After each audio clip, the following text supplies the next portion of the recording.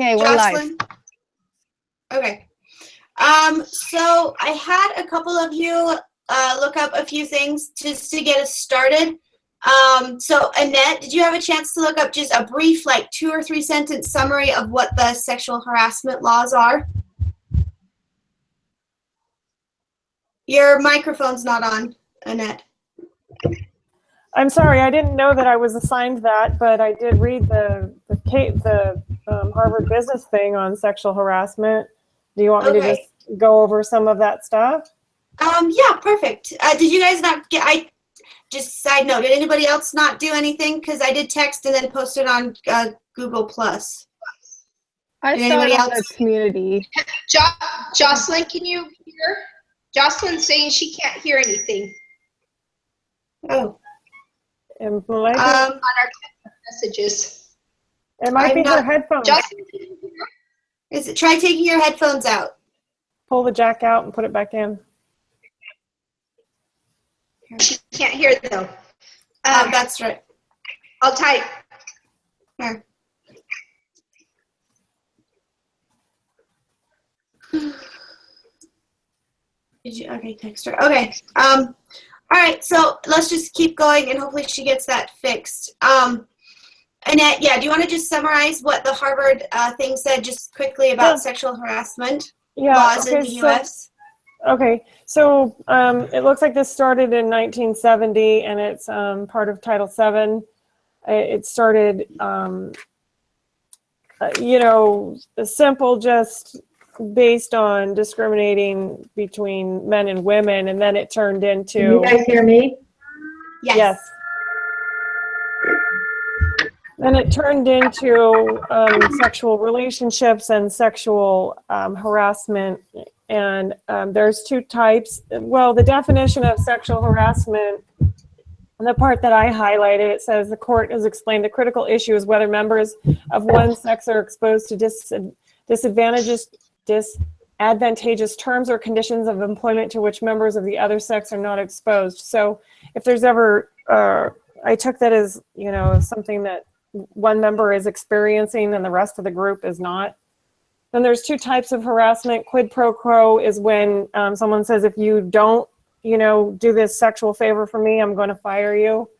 The other is hostile work environment, where it's just an uncomfortable environment where you're constantly being put under distress of, sexual advances or other unreasonable behaviors, things like calendars, lewd pictures, disrespectful talking, stuff like that. Liability for the harassment, should I talk about that or should I stop? No, that's perfect. That's perfect. Does anybody have anything they want to add to that? Something that I thought was interesting is I thought that it took clear up until the 1970s for that to be a thing. That it didn't get started earlier. Okay.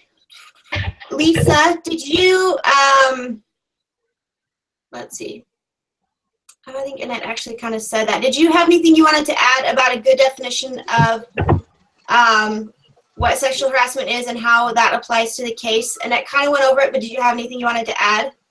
Yeah, I read through all that and it seemed kind of a lot of information about a lot, I guess. So I kind of just shortened it into a basic idea of it. So the first thing I, put down or whatever was that sexual harassment encompasses any type of harassment on the basis, sorry, my kid's loud, on the basis of your gender. And then something that goes more with the reading is that harassment in a workplace, or this is what sexual harassment is. It's harassment in a workplace or other professional or social situation involving the making of unwanted sexual advances or obscene remarks. And that's how it applies, I guess, to the reading more so was, she was experiencing her boss being a knothead pretty much.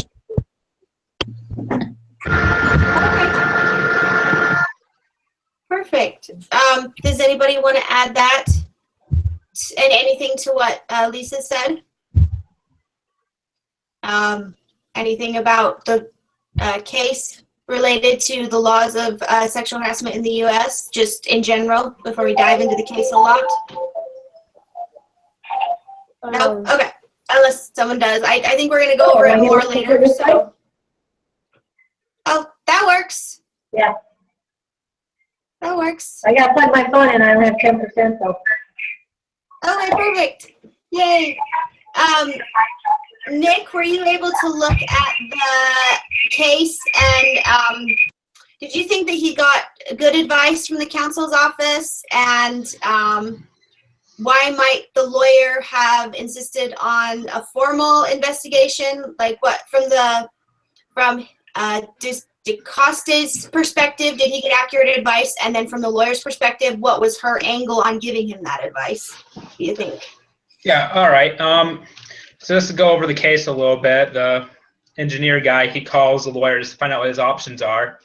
And the lawyer tells him that she's just like, hey, you're required to call our EEO, Equal Employment Office, immediately, and they'll start an investigation. And so the lawyer, he was a little bit freaked out because he didn't want to get roped into anything. He just kind of wanted to see what the options were and get some advice on how to handle it.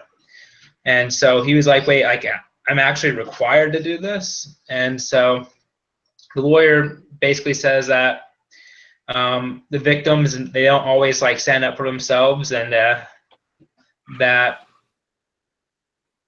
like some parts of sexual harassment are sketchy, and that their company can be held responsible for what happens in the workplace. And so if he ever got called up to testify in court, if he knew whether or not there was sexual harassment going on, he'd be under oath and he'd say he did have knowledge of it. And that would just appear like negligence at his work, knowing that he could have something that prevented it. Mm-hmm. I have a real life story about this. Okay. Ben was a regional manager for a hotel chain, and they had an employee who was brand new, who was kind of flaky-ish, but claimed one of the employees had sexually harassed her, told her manager that. So the manager calls my husband, and they start an investigation. Well, this employee does not want to call and report it because it's a large chain, absolutely refuses to call and report it, and then just doesn't show up for work anymore. So she's been an employee for like 2 or 3 days, makes this charge, won't report it, and never shows up again. So they kind of dropped it because they didn't talk to all the employees, and nobody else had a problem with this particular person causing sexual harassment. But then a child came to the hotel, and the mother saw this employee make a inappropriate advance towards the child. So of course, then another investigation was opened up. Well, because of the first one not being escalated up the chain, my husband lost his job. But he'd not had the training about sexual harassment litigation. And he was a fairly new regional manager, and the employee was gone. She was there 2 or 3 days and just gone. So who would have known? But it's kind of real. Wow.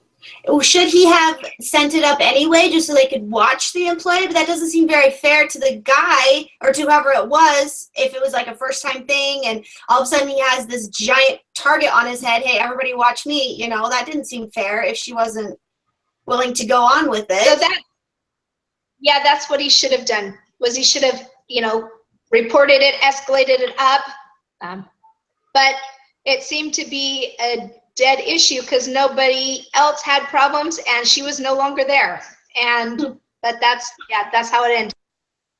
Wow. That's interesting. Does anybody else want to comment on that? No? Okay. Nick, did you have anything else you wanted to say? Oh, yeah, sorry. Who was that? It's me. I was just going to say about Tanny's story, how you said that you were surprised and you don't think it's fair. I think that, the girl may have been scared, didn't want to report it, and took off and left, probably thinking, she could find employment elsewhere where she didn't have to put up with that. But I think probably why her husband was held liable is, and it's terrible that he lost his job, but I'm thinking, if there's been past history of the same behaviors and no one's reported it, that's all said and done. But what if that person continues to do the same behavior because they keep getting away with it and no one ever reported it and it just keeps going? So I can see where, they would want to, it seemed like, 2 days employed and then gone. But I would just think, getting something started, even just, being aware of it probably would have been the better route. I don't know. That was just what I was thinking. And I think that the point for us is taking an HR class is it was probably important that to make sure that as a manager, he was aware of those laws and what needed to be done, because he'd had no training in it at all. Yeah. And I totally see that from a management perspective. My perspective is I actually have a brother who got a girlfriend cry rape on him, and it was totally untrue and it was crazy, but because of that, he had some consequences that he shouldn't have had to face. I mean, obviously it was completely dissolved because she was lying, and it was proven very quickly that she was lying.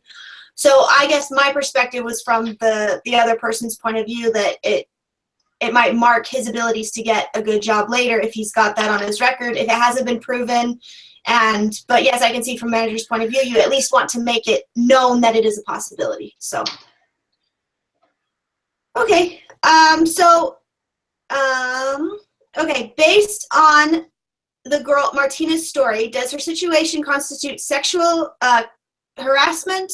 I think we've already discussed that. Yes, it does, right? Does anybody disagree with that? She definitely was in a sexual harassment position. Yes. Okay. So was it quid pro quo or hostile work environment? It doesn't actually say in the case which one it was. I say we go down the line and vote. Yeah, vote. Starting with Annette. Okay, I say it's the harassment, hostile work environment. Okay, Jocelyn, are you still with us? I don't know. Maybe instead, Amanda, you could say who thinks it's hostile, and then that works. That might be a little quicker. It would be. Okay, who thinks it's hostile work environment? So 1, 2, 3, 4, 5. Who thinks it's quid pro quo? Just Nick and I?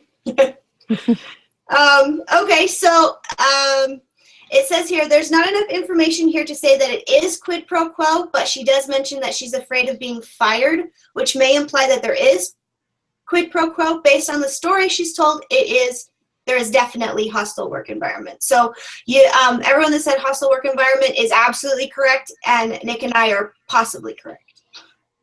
So does anybody want to comment on that? Well, I can see how it could be both ways, because it obviously creates a hostile work environment because, that's, well, there's no need to go further. It creates a hostile work environment. But for it to be quid pro quo, that has to have the either you do this or this. So with it being her boss, you can almost assume that if she raises a fuss or says no, that there could be a bad reaction for her. And also I thought when he said, don't scream, that was almost kind of like, made me think you could see him doing that since he's telling her what to do. So I could see both sides, but absolutely hostile work environment. So I'm saying I agree with you. Yeah. I agree with you too, Sunny. At first I was like, this is definitely quid pro quo. It's her boss. But then I thought, oh, you know what? He's never really said, if you don't sleep with me, I'm going to fire you. She's just afraid of being fired.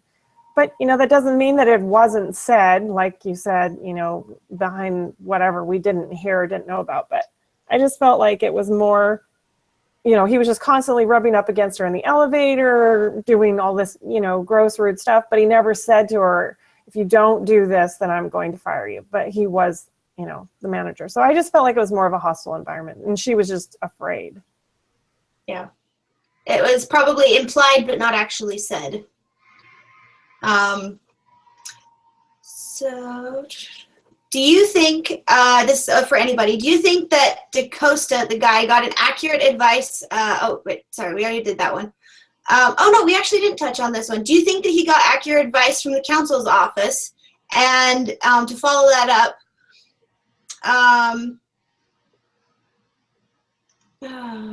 no, yeah. So we didn't really talk about that aspect of it. Do you guys think he got accurate advice from the lawyer? I mean, he was calling in anonymously, and he didn't really want to get involved. He was kind of a bystander. Does anybody have anything they want to add to that? Or did we touch on this? I honestly can't remember. I think from the viewpoint of the company, that was probably the best advice. When it said required, I don't know if it was legally required, but I think company policy was, because they could be held liable. And I think it's just from the company perspective, it makes most sense. Whether from the victim's perspective or like the social impacts, you can interpret it differently. So. Okay.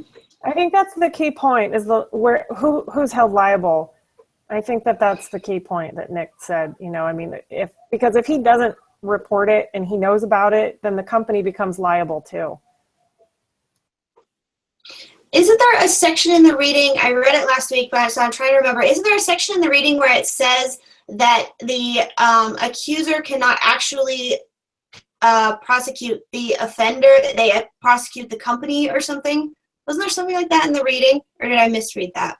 Yeah, that was in the sexual harassment part, and it talks about, you know, there's a little section about who's liable for the harassment, and it just depends on the situation, and it said it depended on the states, because some states protect the employee or protect the company and don't protect the employee, and it kind of went both ways, and I don't remember which states were which that you know were which way, but. Yeah, I mean, and it did say that the organization has to have at least 15 or more employees, which this company definitely had. But there were just some different things that it mentioned about the states being different laws, and the company can be held liable if they know about it and they ignore it. Right. So does anybody want to talk about that, like anything that Annette just said before I move on? Because we're going to move on a little bit. Just something else. I have a comment. You have to remember, whenever lawyers get involved and there's litigation, they're always going to go after the deepest pockets. Oh, that's true.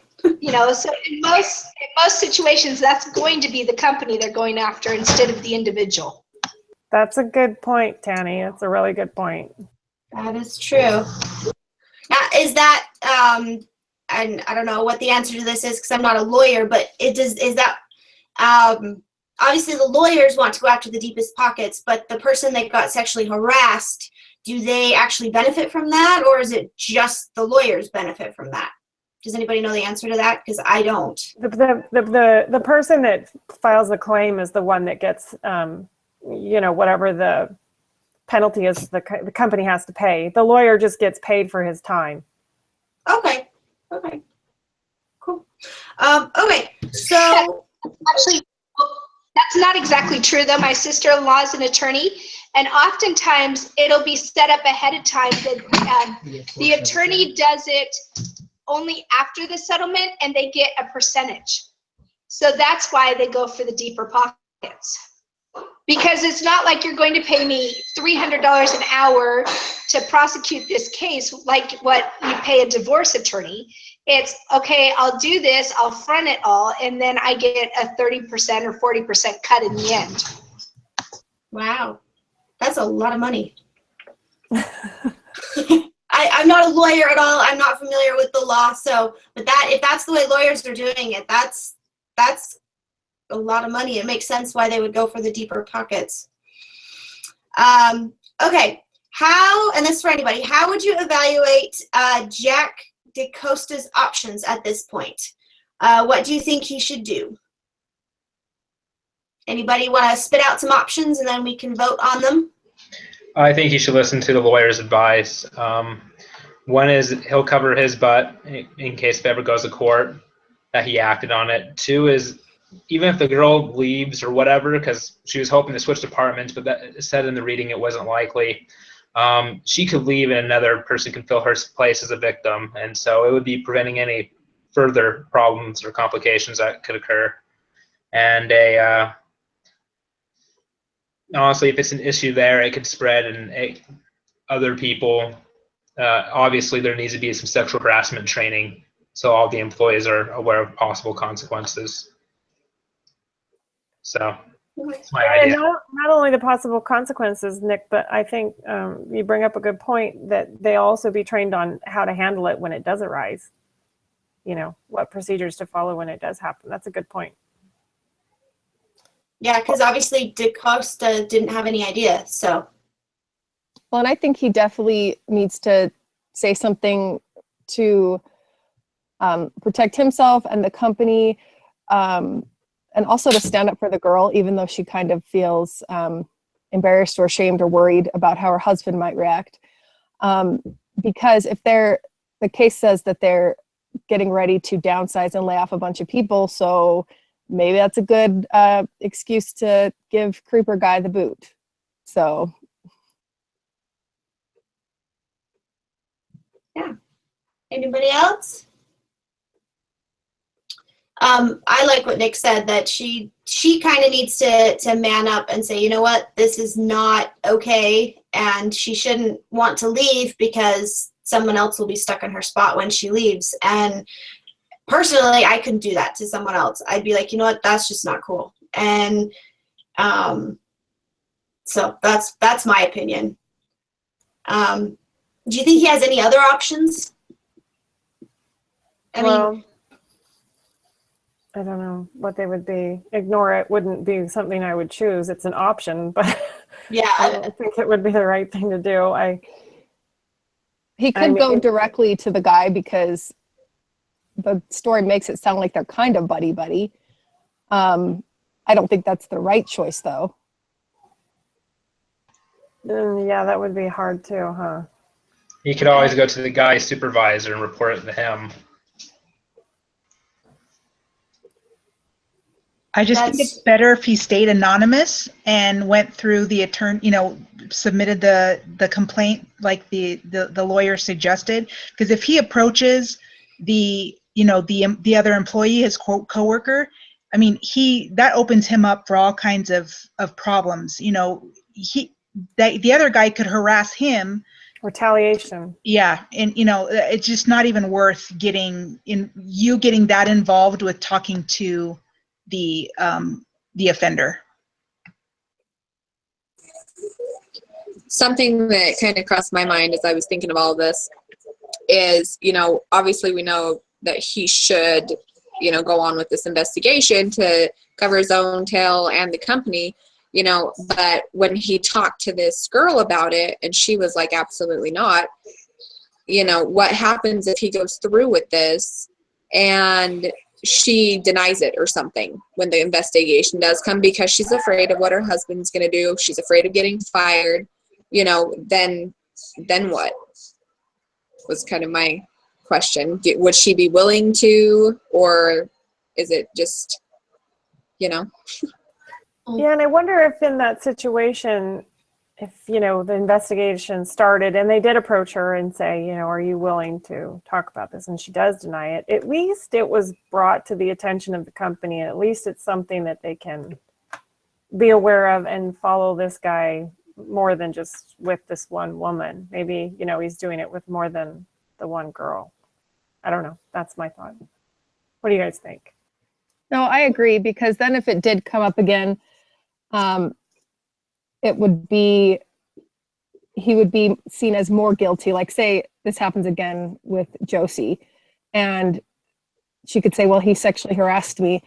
Everyone else wouldn't know, but the investigators would know, oh, we had a case come up with him with this other woman. So it'd be more believable, I guess. So yeah, even if nothing came of it. Plus then he's protecting himself. So like how Tanny said her husband got in trouble. He's in a supervisor type position, at least what I gathered from the case study. So he doesn't want to be held liable. So regardless if anything comes of it, he should definitely report it. I could totally see this girl like backing down too. Like, I could see her being like, no, no, no.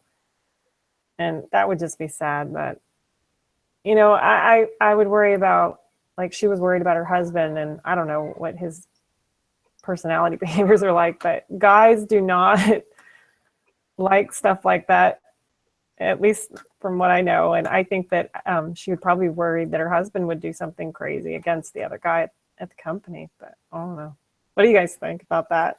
Well, and on that thought too, if she expressed that, then the company could be aware and be like, okay, watch out for, you know, Carlos, who might be, you know, coming in here getting angry. We would need to stop him. I actually had something like that at one of my places that I worked at, and he was a crazy guy, and we had to lock the doors, and it was actually kind of scary. So they can totally alert the company and say, watch out for Carlos, which if he decides to do that, he's opening up his own legal issues. But if that's her concern, she can be protected from that too. Okay.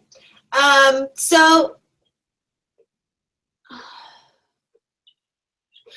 let's say that DaCosta goes ahead and reports it up through management, and then he tells Julia that he did that.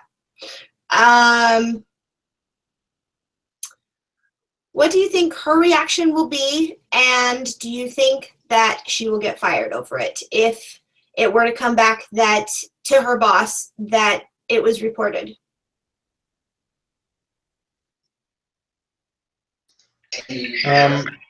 I think she might freak out a little bit just because she doesn't want to escalate the conflict. But I don't legally she couldn't be fired over it. If she did, she could sue the company and make a lot of money.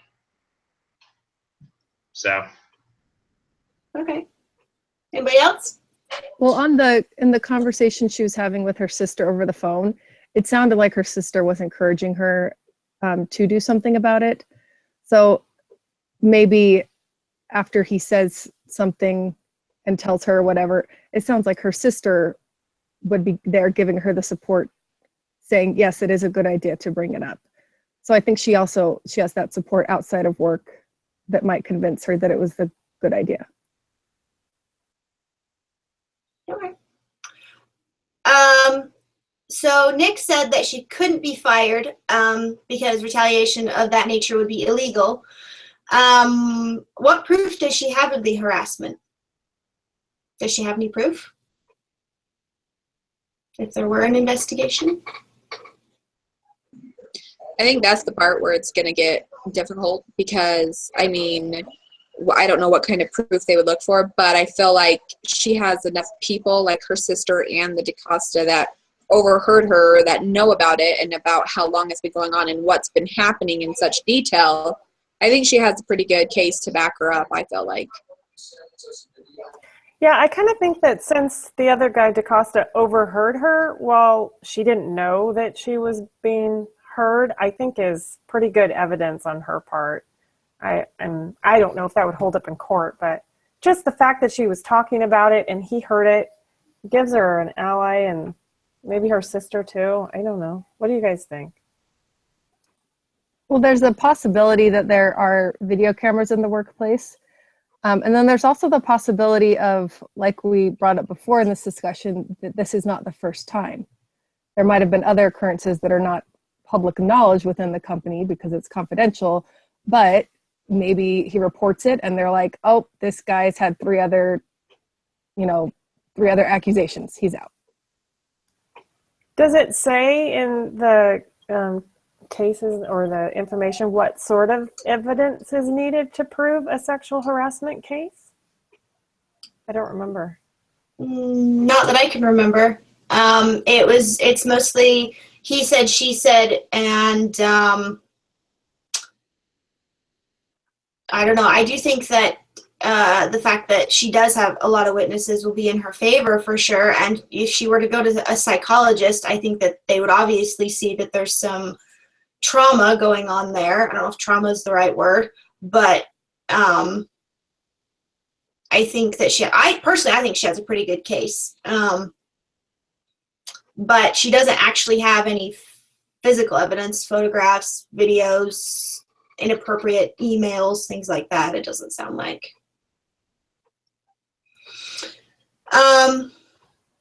So the next question is kind of a thinker. Does anything, after all this comes out and she starts going through the legal process, does her boss have anything that will prevent him from firing her for some other reason?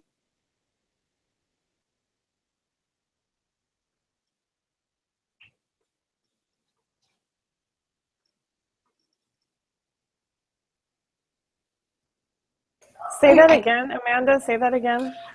So it says after they've gotten, so let's say they did go with the investigation and they started looking into the guy and he found out that she reported him. Is there anything that will keep her boss from firing her for a different reason? So you're saying the guy that's doing the harassing? Yes, sorry. The harasser, okay. Is there anything that will keep him from firing Julia for claiming it's for a different reason? Well, I think that goes back to, you can't just fire somebody, like we were studying those cases last week. You can't just fire somebody for anything. I mean, it has to be like bad job performance or something, and he's going to have to prove, I mean, you know, they could end up firing her, but I think, you know, if she wanted to pursue it and push it, she could end up in court and sue him for that. So it didn't say she'd been doing anything wrong in her job duties or, you know, anything like that in the case. But I mean, it doesn't mean he's not going to try to get rid of her so she doesn't talk. I could see that happening too. What do you guys think? Well, if she went to the attorney, if she actually spoke to the attorney, you know, she's got, not that they're on her side, but she's, you know, because they're supposed to stay neutral, I guess, somehow, in some way, because they work for the company, right? And both employees work for the company. But at the same time, she's kind of got, you know, the attorneys, they know that this is an issue. They're in, you know, there's an investigation going on. I think she's in a better position to have backup, I guess, for a better term, if she does report this now, than to wait and then she is fired because they find out, and then what does she have? She has nothing to go on. I also think most companies, a boss can't just fire somebody. It actually has to go through HR to get permission to fire them. So if she's gone to the attorney, then HR is going to be aware. And they'll say, yeah, no, he can't choose to fire her. It will look to HR like quid pro quo. Do you think that because of this situation, she will become untouchable to be fired for any other reason because they don't want it to look like quid pro quo in the eyes of whatever attorney she's working with? Do you think that that could be a situation, and should it be a situation until this is all worked out? I mean, to go off of what Tanny's saying, which I agree with, I mean, they're going to have to, if anybody wants to get fired, usually company policy requires a lot of documentation. So, you know, I live and work in Nevada, and it's a right to work state, so people can be fired without reason or cause, but most company policies require a lot of documentation in order to let somebody go. Okay. So as long as they have documentation, she could still be fired for poor work performance. Yeah, I think so. I mean, if she did something like stealing or, you know, something really bad, yeah, definitely she could get fired. But I just don't, I mean, from the case, I don't think she would do that, but you know, you never know. You never know. I still think she's held liable to all of the other laws. I don't think it gives her complete protection from being fired, but it at least protects her from him firing her for the wrong reasons, I think. I think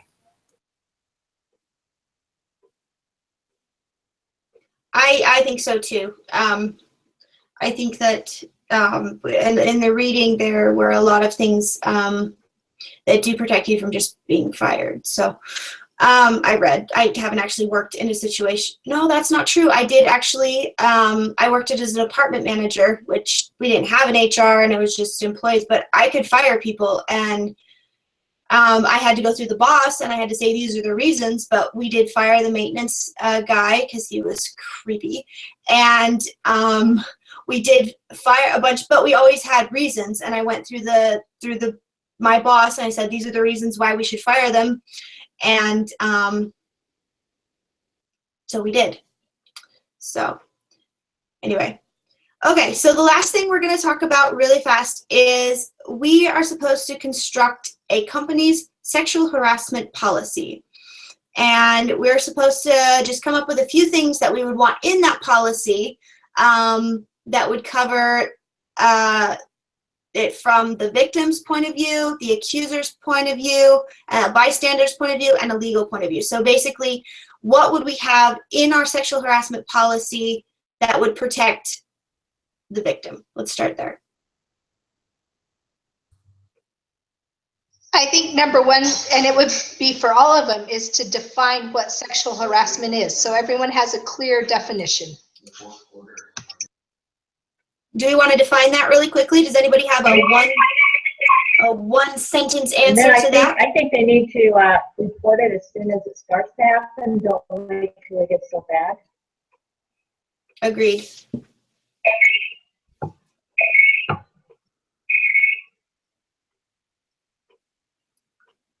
I definitely think in Julia's case, she'd let it get pretty bad. I think that Title VII laws would definitely be a great starting point. And then, it looks like some things can vary based on state, but I think that Title VII would be a great place to get the basic foundation and move on from there. Okay.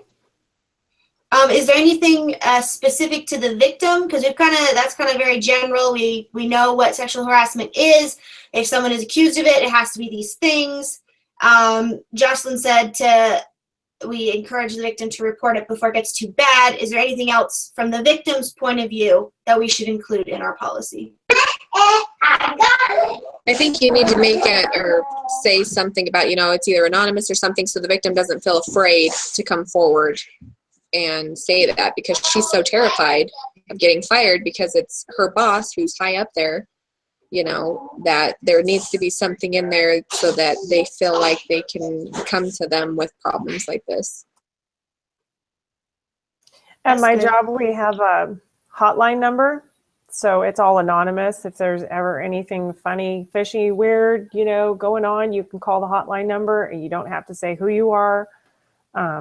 Of course, you would want to give information on the person you're reporting, but then, and you can give your name, but you don't have to. So that kind of gives you a little, safety in knowing that you don't have to tell yourself out, rat yourself out so that you're subjected to retaliation. Okay. That's good. I didn't know such a thing existed. That's awesome. Okay, so from the accused harasser's point of view, what are some things that we should put in there to protect them if the accusations turn out to be false? Or if they are true, what are some things that need to be proven before discipline action is taken? How do we go about proving that they're an accuser, that they are a harasser? Well, I think it's different with every case, but I think the policy should state that there will be a thorough investigation that's clearly documented with everyone that is or could be involved. So that would involve interviewing the people directly involved and then other employees who could have seen something, just so they know that we're not just taking one person's word. Okay. Would you have like a sexual harassment team or some group that's set up to investigate it? I think that'd probably be just the human resource department. I would hate to have the sexual harassment team investigation job, so I don't suggest that. Like, Tanya, I was going to ask you, because we're talking about protecting the one who's been accused. What sort of protection would you have liked to have had for your husband at that point? What sort of, or even Amanda, when you were telling your story, what would have been something to help your brother or something that did help your brother. For us, for us, we didn't even know it was an issue till he was getting called in to be fired. So he never had a chance to say, hey, here's what happened. Here's why I made the decisions I made. It was just investigated without his knowledge once he escalated the second event. So I he think should have had a chance, a voice. He should have had a voice. Did the person responsible for training your husband have any repercussions or disciplinary not action that at we're all? aware of. Huh. Wow. My brother worked it all out because of the girl. She was caught in a bunch of lies. She claimed she was pregnant, had his baby, and then just there was no baby. There was no record of her having one. She was just caught in a bunch of twisted lies, and so the case got dropped, and it never went anywhere because she couldn't tell the truth constantly. So there wasn't necessarily anything that helped my brother specifically, other than there were like a million of us that could vouch for his character that he would just simply not do that. She has told way too many big outlandish lies. How do you make up a baby that doesn't exist? I don't know, but he broke up with her and she didn't want him to, and it resulted in 6 months of just lies and ridiculousness. So too bad. So maybe that's one thing, you know, that to defend the one that's being accused is to at least have a voice, to at least have a chance to defend themselves, you know, a chance to be investigated and heard. I don't know. And maybe let the investigation go on for a reasonable amount of time. Don't make a quick decision, because if they'd made a quick decision with my brother, he'd probably be in prison. But because she was consistently lying and constantly telling a different story every single time, and it took 6 months to try and figure this whole thing out, there was time for the truth to come out. And not saying that you want to leave the victim in that kind of a situation, but if you know that it's going on, then maybe security can keep a closer eye on things, or the cameras in the building can be monitored a little bit more closely. Coworkers like Jack, or whatever his name is, could be more aware of what's going on, so that she's not left in the situation, but at the same time the accuser has the opportunity to be proven innocent. Don't be hasty, I guess is what I'm trying to say. I don't know if that's a good idea or not, but it was a benefit in my brother's case. So as a bystander like Jack, what do you think we should have in our sexual harassment policy for him? What should he do? What should be the given baseline requirement for what he should do in that situation?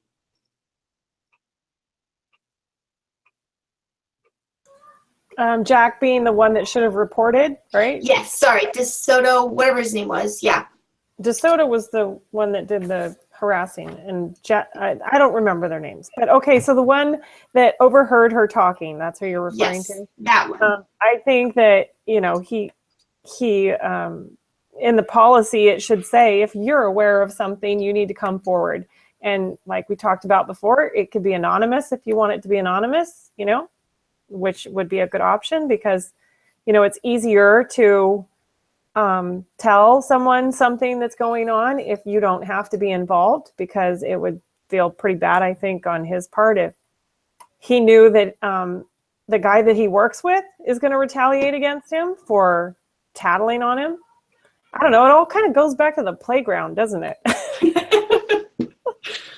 Tattletale. Yeah. I'm trying to teach my 3- and 4-year-old not to tattle on each other, and they'll constantly run to me, "Mommy, Mommy, I'm tattling, I'm tattling." So, yeah. Anyway. And I think the other thing in this particular case is that the conversation he overheard, she never said Jack, or, you know, the boss's name. She said my boss. The secretary pool could be, you know, so he has made an assumption of who this person is, never seen it happen, and she never named the person by name.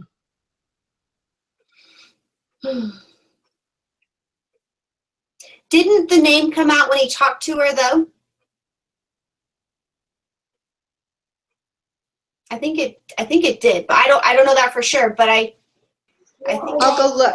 I don't think it did, because all he said, he never said the name when he was talking to her. He just like pointed to the office next door or down the hall, thinking that she knew who he was supposed to be talking about. I don't think he actually ever said who it was, or she never did to him either. Okay. He just assumed then. Okay. Well, no matter who it is, it's wrong. It is so nasty and wrong. Yeah, it's gross. I can't believe, I don't know how he got his hands up her shirt. Oh my gosh. Jeez Louise. Ugh. Gross. My thought was, what kind of shirt was she wearing? Yeah. Or that's what I was how thinking. quick was he? He must have been quicker. I don't know. Yeah, I mean, he must have been standing up right next to her or something. And geez, was her shirt really short or something? I thought the same thing. I don't know why I thought logistics, but I did. Yes. So modesty and garments really are a protection, ladies, because you can't just do that. Oh, that is so nasty. Now, the last one that we need for our policy is legal counsel. And we've kind of covered this a little bit, but does anybody want to just summarize really fast what we've said that legal counsel's responsibility should be in our sexual harassment policy?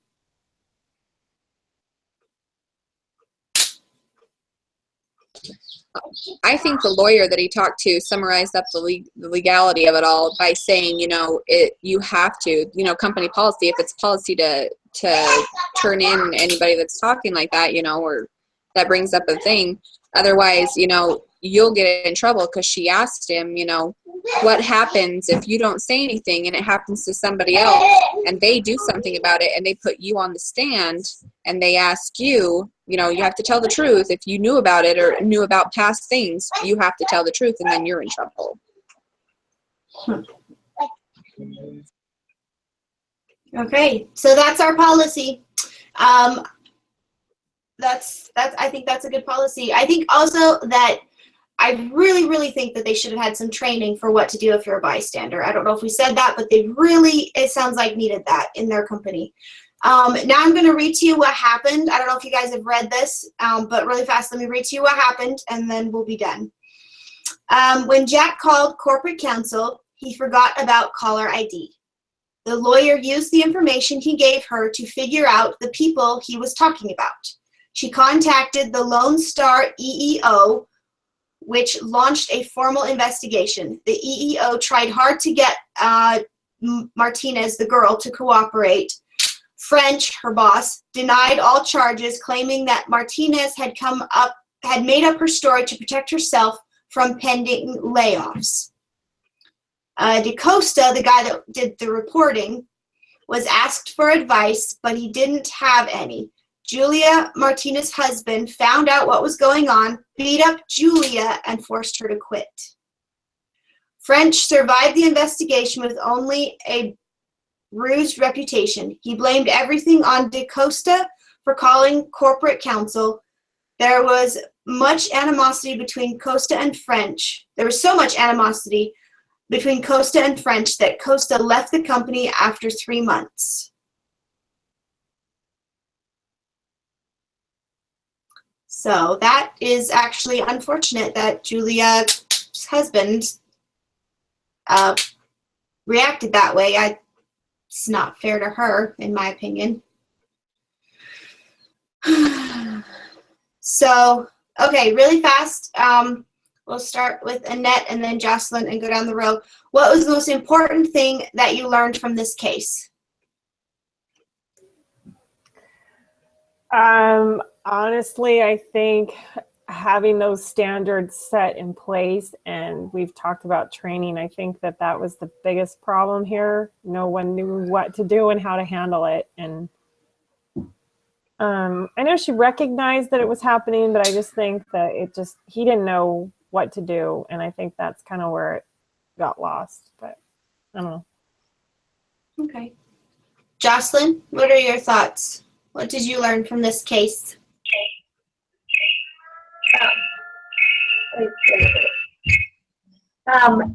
Where I work, we have these little learning lessons we have to do, and we've had quite a bit on sexual harassment. I just think that I think the boss should have gotten in trouble, and I don't know why DaCosta didn't say anything, you know, because it said that he was asked for evidence but didn't have any. But he, I mean, he kind of did. What's interesting is that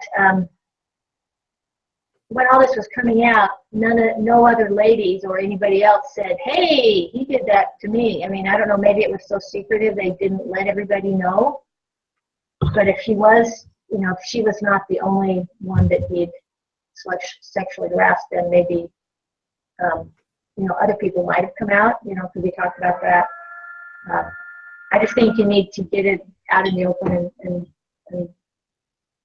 figure it out and have good policy so that you know what you're doing. Okay, Lisa? So I guess it kind of ties into with having a good policy. And I don't know anything legal-wise, but I feel like where the lady he called and talked to, I feel like she almost kind of went behind his back, maybe? I don't know, because it just seems like he was just, you know, quizzing her. He wasn't actually making a formal complaint. She went ahead and figured out who it was or whatever and went ahead with it anyways. And I feel like that kind of caused everybody to didn't know what to do, you know. So I don't know. Maybe if they, along with the policy of knowing what everybody's responsibilities, including the legal department, are supposed to be doing and how it all works, so that nobody's, you know, afraid to talk up and speak up about it. Nick? Quick question. Did it say that they ever finished their investigation on the accusations or no? It said that French, the boss, survived the investigation, which I guess implies that they finished it up with only a bruised reputation. So I don't know. This case ending was kind of bitter. I think it's really important to have a clear training for sexual harassment, that all the employees are aware of it and how to proceed. Also, we were talking before about having it be reported anonymously, and that probably would have saved at least 2 people their jobs.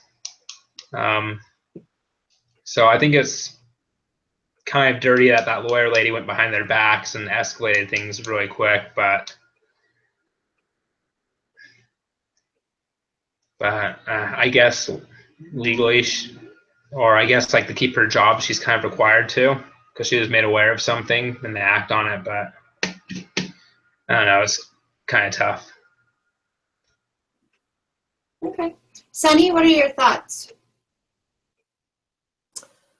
Well, I agree with pretty much what everyone said. The only other thing I could think of is just to stand up for yourself. Easier said than done, and it doesn't, you know, might not have a lot to do with the sexual harassment case, but she was obviously not willing to stand up for herself at home or at work. And, you know, not her fault, not saying she's at fault, but that would have helped her situation if she would have stood up for herself and it admitted what happened. And then, you know, the issue with her husband at home sounds like a completely different thing, but yeah, I mean, there's no need to not cooperate. Okay, yeah. Tanny, what do you think? What did you learn?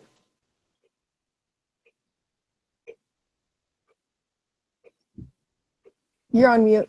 Oh. Yeah, there you I go. was trying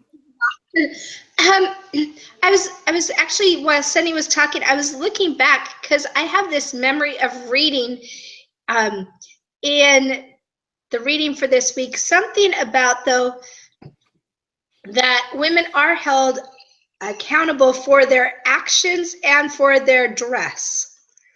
And I was trying to find it because I was sure I had read it.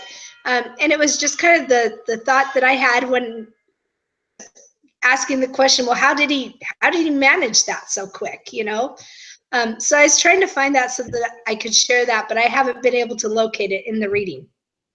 Do you remember reading that? I do, yes. Yeah, I read it too. So that's interesting because I can't say I agree with that. I don't agree with it either. I read it, but I don't agree with it either. I wonder if that's a law or just something because that means that I don't agree with that at all. It was in the Harvard part. It wasn't in the case study.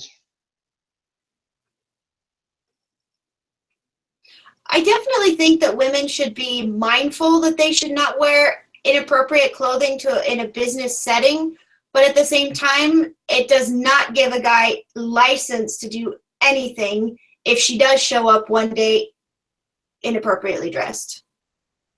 Right, because the thing she did wrong in that case was violate a dress code. And the thing the guy did wrong is violate, human respect and decency.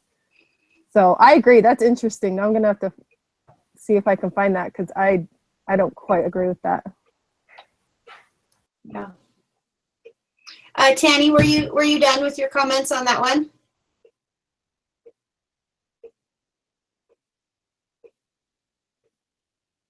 You're still on mute. Yes, I was done.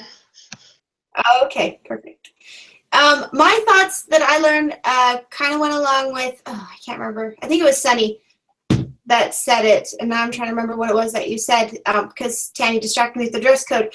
Standing up for yourself. Obviously, she had a problem doing that, like Sunny said, at home, and I think that leaked into her job, and maybe she had the personality that kind of a sexual predator, or if that's even the right word, harasser, I guess is the right word, would look for. So she probably could have saved herself a lot of grief if she had had a more, not such a passive personality maybe, which is something that I think all women need to keep in mind, that however you portray yourself, whether you mean to or not, guys read that. And I know we're 22 minutes over, but I found where it is talking about that law. And I agree with how it's stated here. It's when they're deciding whether or not a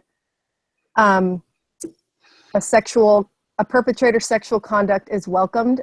The Supreme Court has held that a plaintiff's sexually provocative speech or dress is relevant to whether the advances were welcome.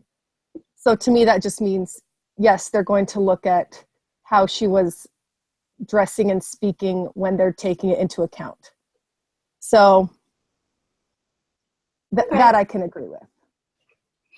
Okay. Does anybody else have anything else they want to add this evening before we are done? No? I do. Oh, yes. Just remember, have all your doohickey stuff to the Google Doc board by tomorrow. Okay. Because it is due. Awesome. Like what time? I won't start editing. Tomorrow morning. Well, I get off work at 3 o'clock and have a bunch of stuff, so I won't start really editing till Wednesday. Okay, so tomorrow night. Okay, perfect. All right. Awesome, everybody. Sorry that took so long to get set up. Glad we're done. Sunny, do you... Oh, sorry, go ahead. Oh, you could probably end the live thing, and then we need to just decide who's going to be the leader next week, right? Oh, right. Am I supposed to pick someone? Mm-hmm. Yeah. Okay.